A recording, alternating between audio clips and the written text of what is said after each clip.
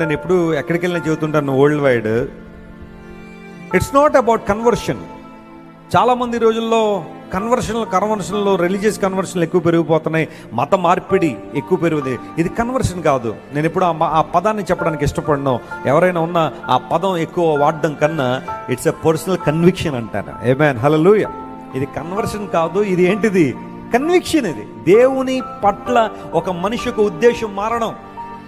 ఎంతవరకు దేవుడు అంటే ఏదో ఏదో ఏదో అనుకున్న వాళ్ళు నిజ దేవుడు సత్యదేవుని వైపు తిరగడం, it's a personal conviction about the truth of God. దేవుని సత్యం విషయమే అవగాహన ఇది, అంతేగాని కన్వర్షన్ కాదు ఇది. యేసు ప్రభు ఎప్పుడు ఎవరో మతాలు మార్చాలని ఎక్కువ రాలా. ఒకవేళ నిజంగా మతాలు మార్చడమే దేవుని యొక్క ఉద్దేశం అయితే ఆయన ఆపగలిగారు ఎవరు చెప్పండి? అసలు ఎవరు అడ్డుకోగలరు ఆయన్ని? మతాలు మార్చడమే దేవుని ఉద్దేశం అయితే ఆయన ఎవరు ఆపగలరు? కానీ దేవుడు ప్రతి ఒక్కరికి స్వేచ్ఛనిచ్చాడు, ఫ్రీ